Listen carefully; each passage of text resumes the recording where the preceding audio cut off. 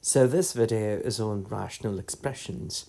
So we are going to look at multiplying, dividing, adding and subtracting rational expressions. So before we start, we all know what a ratio is. A ratio is simply one number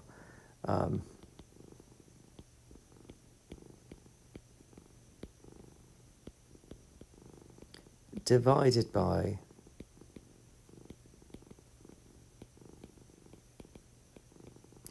another real number. Examples are 7 over 3, 11 over 7, 1 over 2, and so forth. And clearly the number on top is the numerator, and the number in the bottom is the denominator. So what does a rational expression mean? A rational expression is one where we don't have a number divided by a number, rather we have an expression divided by an expression. For instance, 3x squared is an expression. 4 is a number, but it is also an expression. Likewise, 4x plus 3y is an expression. We divide it by 2x squared minus 3x plus 4y squared. So if we have one expression in the numerator, another expression in the denominator, we call it a rational function. A key thing to note here is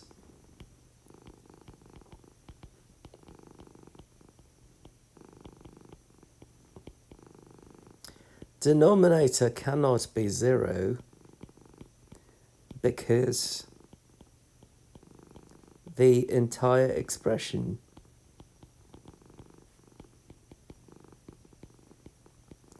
would become undefined as we are dividing by 0. So if there happens to be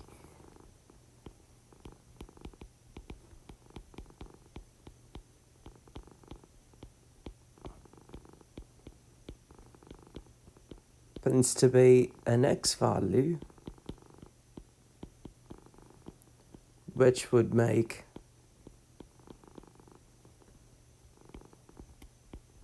the denominator 0,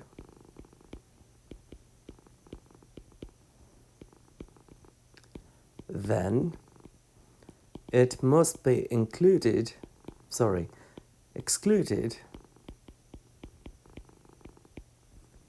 from the domain of the function.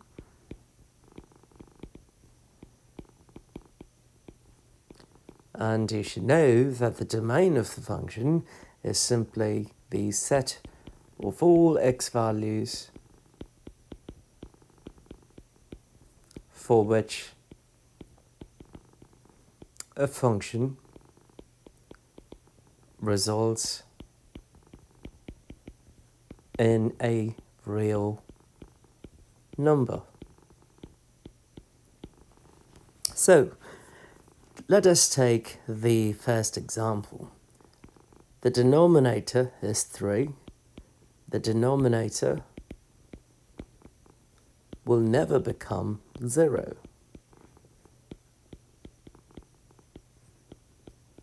because 0 does not equal 3. So which would imply we simply plug in whatever value we need for x in the numerator and end up getting a number. So the domain here would be all real numbers.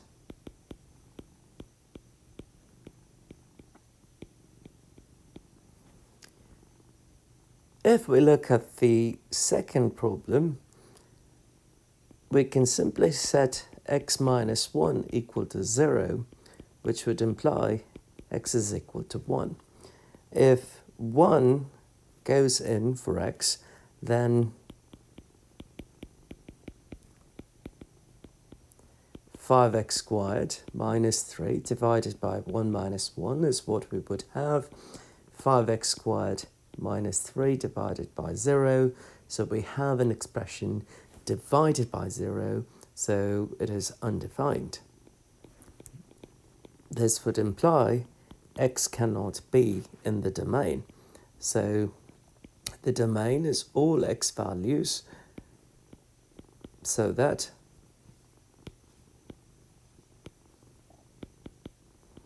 x is any real number except x is equal to 1. In part C, we have 7x minus 2. The numerator is not the issue. The denominator is what we need to check. And if we look at the denominator, it seems quite scary, but that is a quadratic function, and it is something that we can factor. So we can factor the denominator as x minus 5 times x minus 3. So if we set the denominator equal to 0,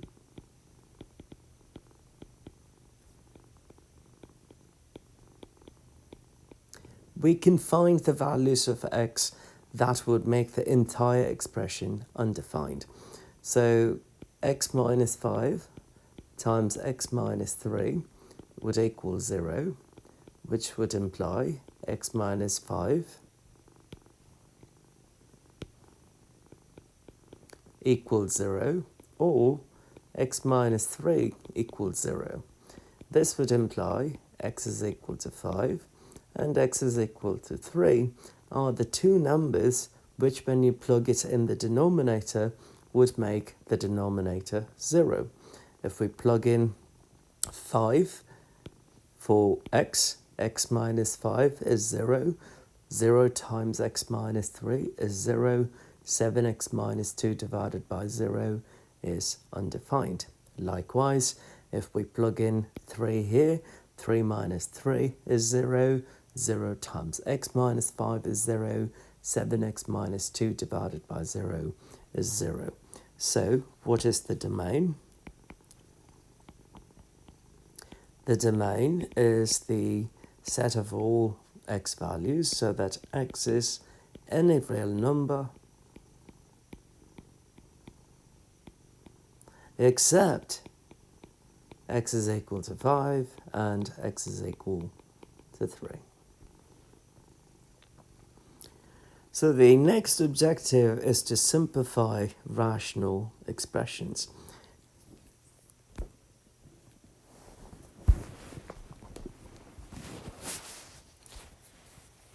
So how do we simplify rational expressions?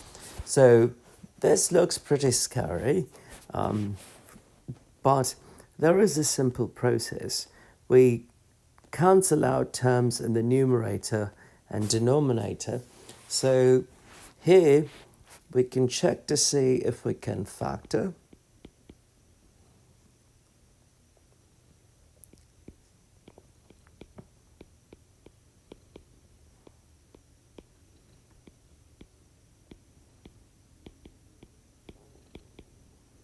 And the next step would be to cancel common factors.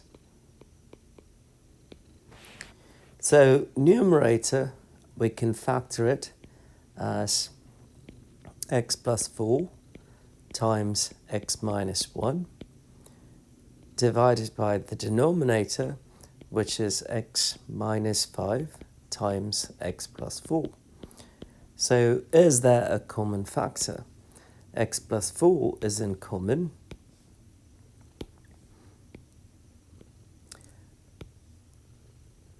And that would simply give us x minus 1 divided by x minus 5. So that would be the simplified expression of x squared plus 3x minus 4 divided by x squared minus x minus 20. Here we have another example. where 7 minus y is divided by y minus 7. So from the looks of it, the numerator is 7 minus y. The denominator, I could write it as minus 1 times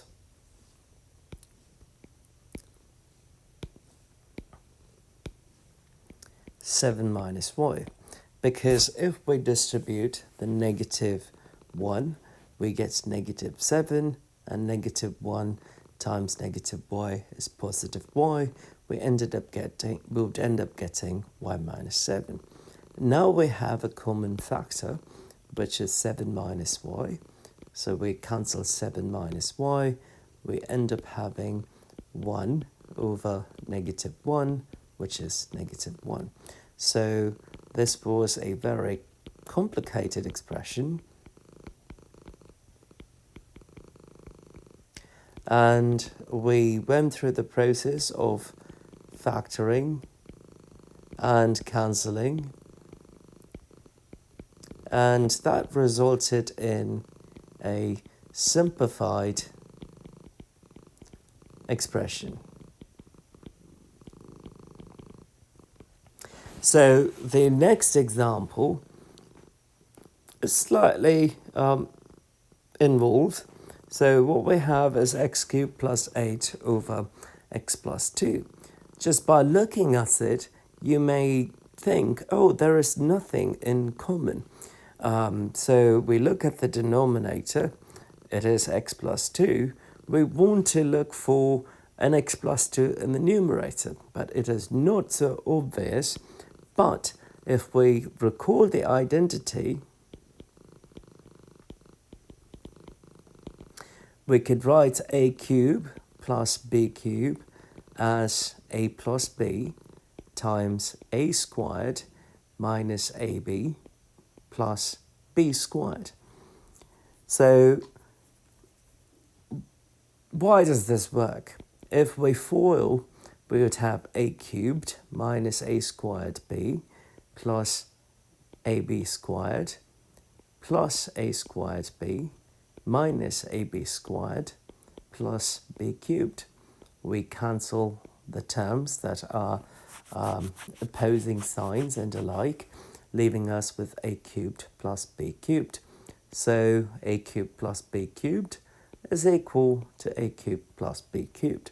So the identity here, we can rewrite a cubed plus b cubed as a squared minus ab plus b squared.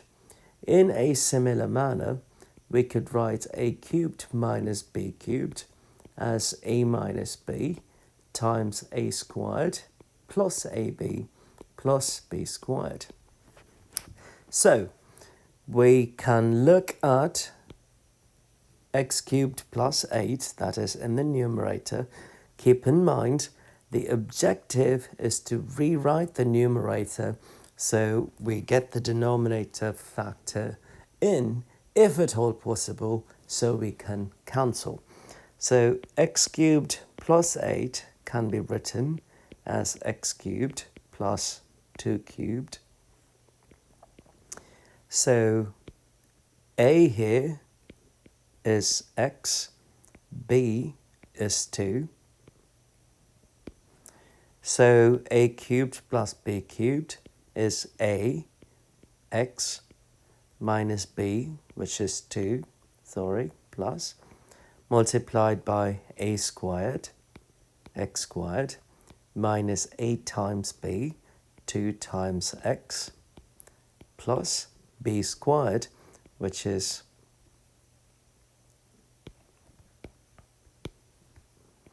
2 squared. Now we could see that we got a factor of x plus 2. So we could rewrite x cubed plus 8 divided by x plus 2 as x plus 2 times x squared minus 2x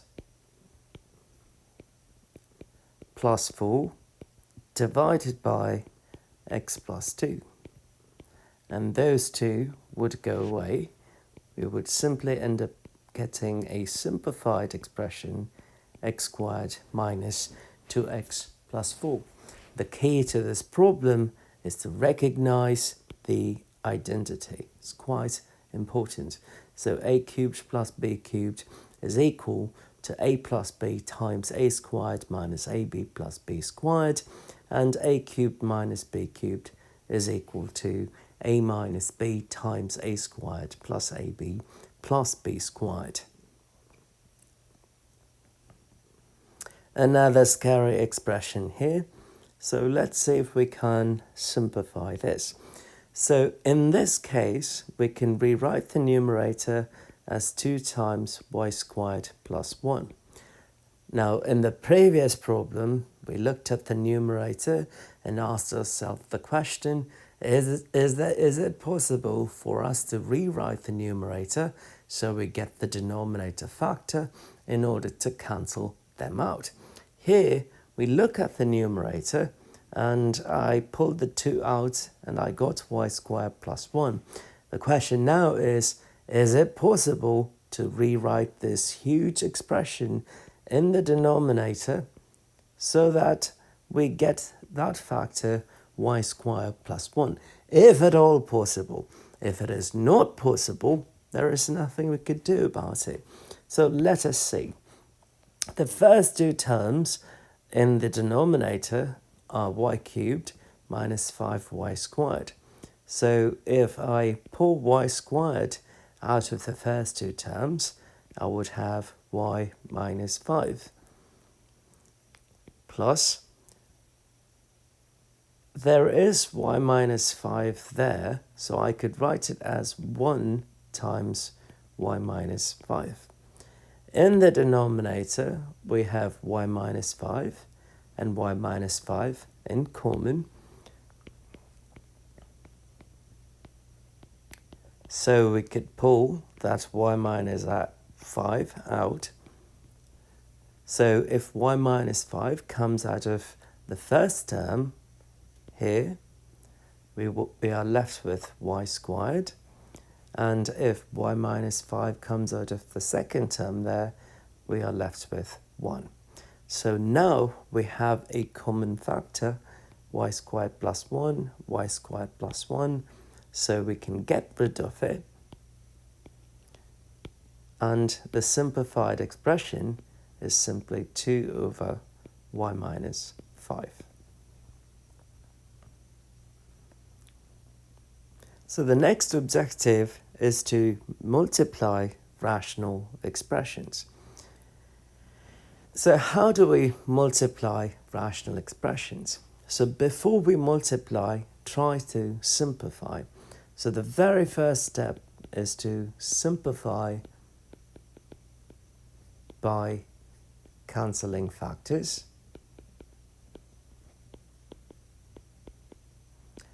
Step 2 is to multiply. And sometimes you may be able to simplify after multiplication. If that happens, we should go ahead and simplify there also. So let us see. We have m minus n squared times n times m. So what we're doing here is we are multiplying the numerator with the numerator, the denominator with the denominator. So I don't want to skip a step. So I'm going to keep it as m minus n squared over m plus n times m divided by m squared minus mn. So m is common in those 2 terms, so if I pull that out, I'm left with m minus n. So over here in the numerator, m minus n squared is m minus n times m minus n divided by m plus n. In the second rational expression, we have m over m times m minus n. So the m's go away, the m minus n's go away,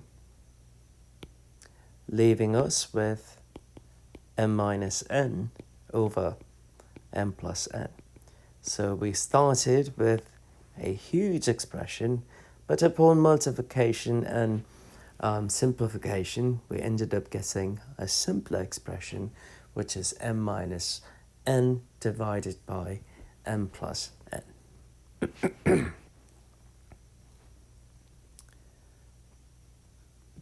The next approach is to divide rational functions.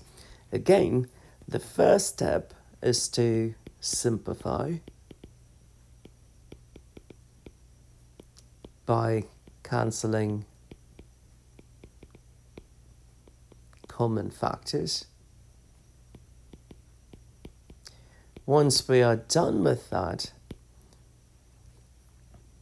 we flip and multiply the divisor with or to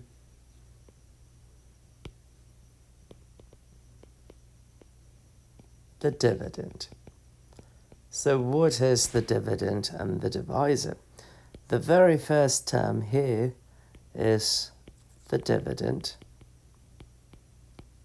and that second term is the divisor.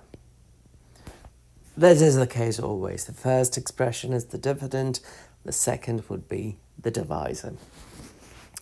So how would we go about doing this? So the very first step is to see if we can simplify things. So x plus 3 squared over 5 divided by, I have a 5 in common between 5x and 15, so I could pull that 5 out. So I get x plus 3 divided by, I could rewrite 25 as 5 times 5. So I have a common term, 5, that I could cancel. So we rewrote the problem as x plus 3 squared, or we are rewriting the problem as x plus 3 squared divided by 5, which we are going to divide by x plus 3 over 5. So we are done with the simplifying step. Now it is time to flip and multiply the divisor to the dividend. So we're going to take this part, which is the divisor, we're going to flip it. If we flip it, we are going to get 5 over x plus 3, and we multiply, so times. So we can see there is a common factor now, 5, and 5 would go away. So the next step would be to multiply numerator with numerator, denominator with denominator. If 5s go away, we are simply left with 1 and 1. X plus 3 squared times 1 is x plus 3 squared. 1 times x plus 3 is x plus 3. Could we simplify this further? I could write x plus 3 squared as x plus 3 times x plus 3. And I'm going to divide that by x plus 3. We see a common factor, which is x plus 3. We get rid of it. We end up getting x plus 3 as the answer.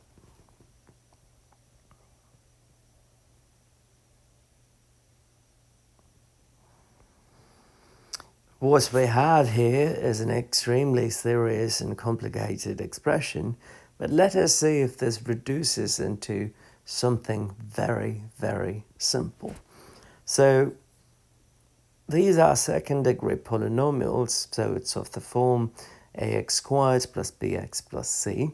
So the key here is to factor, cancel, flip and multiply. So let us not forget it's factor, cancel, which would result in simplification,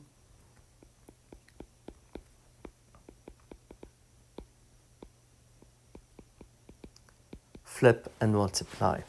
So could we factor the numerator?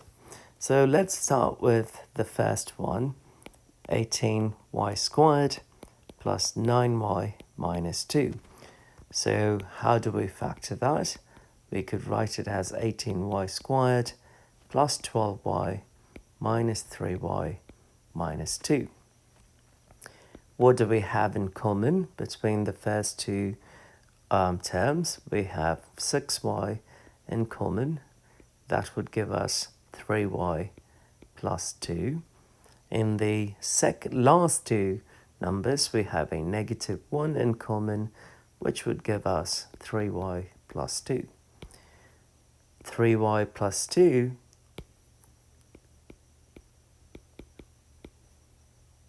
is common in the first term there and the term there.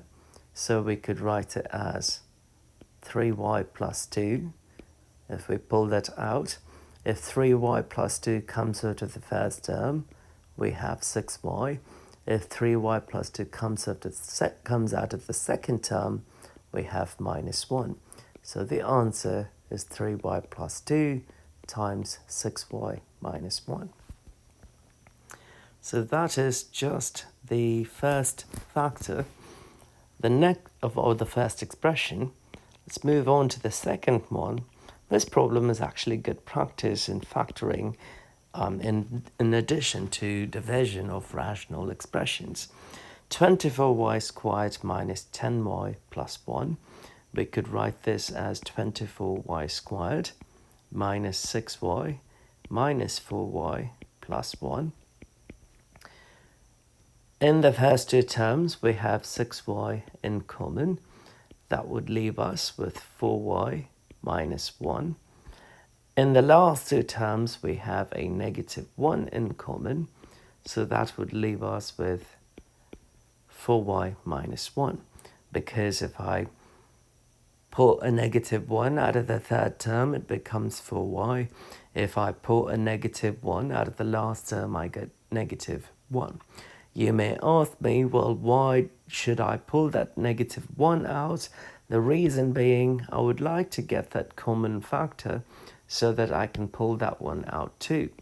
So 4y minus 1 is common in the two terms. If 4y minus 1 comes out of the first term, I'm left with 6y. And if I pull out 4y minus 1 from the second term, I leave behind negative 1. So the factored form is 4y minus 1 times 6y minus 1. So we took care of that. We have two more to go. So 3y squared plus 17y plus 10. So we could write that as 3y squared plus 15y plus 2y plus 10. We have a 5y in common in the first two terms. So if I pull that out, I would leave behind 3y plus 5. We have 2 in common.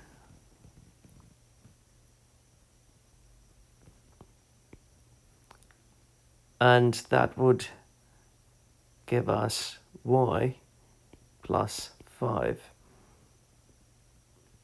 Made a mistake here. We're going to pull 3y out. It was bad algebra. So if 3y comes out, we would have y plus 5.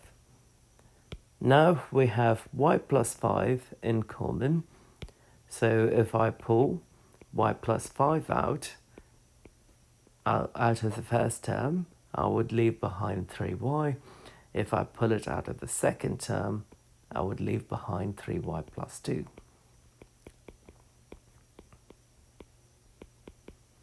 So we took care of that part. That leaves us with the last one, which is 8y squared plus 18y minus 5. We could write that as 8y squared plus 20y minus 2y minus 5. We have a 4y in common, so 4y times 2y plus 5. And I would like to get this factor in the last two terms. So I have a minus 1 in common in the third and the fourth term. So if I pull out minus 1, I get 2y plus 5. And now I have 2y plus 5 in common in between the two terms. So 2y plus 5 comes out of the first term to give me 4y. 2y plus 5 comes out of the second term to give me negative 1. So we took care of the fourth expression there. So let's rewrite our given expression first so that we can simplify. 18y squared plus 9y minus 2. We rewrote it in factored form as 3y plus 2 times 6y minus 1.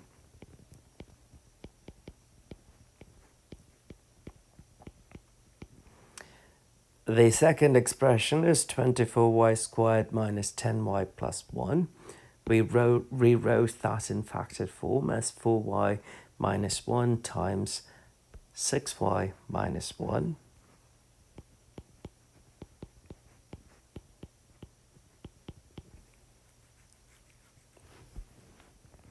Divided by, we rewrote 3y squared plus 17y plus 10 as y plus 5 times 3y plus 2.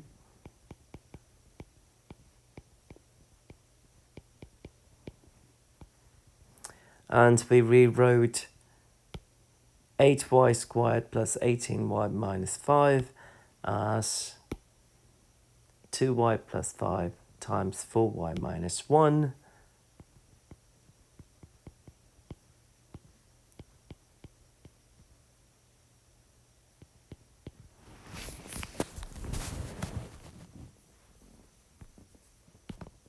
So now it doesn't look like we are about to cancel any in the first term or the second. So I can't cancel anything here. I can't cancel anything there. So we move on to flipping and multiplying the second term.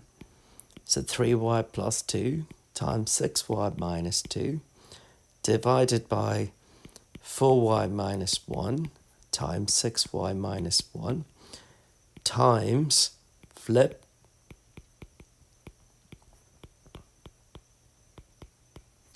divided by y plus 5 times 3y plus 2. Now I could see common terms. That term and that term will get cancelled. That term and that term will get cancelled. Is there other terms that would get cancelled? It doesn't appear so. So I have a 2 in common here. So I'm going to pull that out. 2 times 3y minus 1 divided by 6y minus 1 times 2y plus 5 divided by y plus 5. So multiply numerator to numerator, denominator to denominator. So the answer is 2 times 3y minus 1 times 2y plus 5 divided by 6y minus 1 times y plus 5.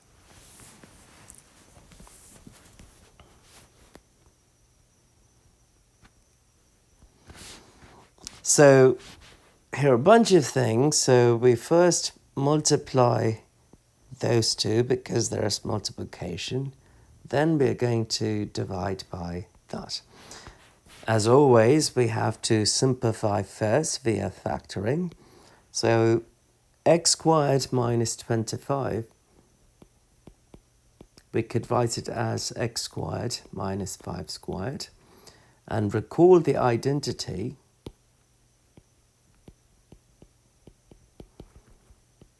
A squared plus b squared is a minus b times a plus b. So in our expression,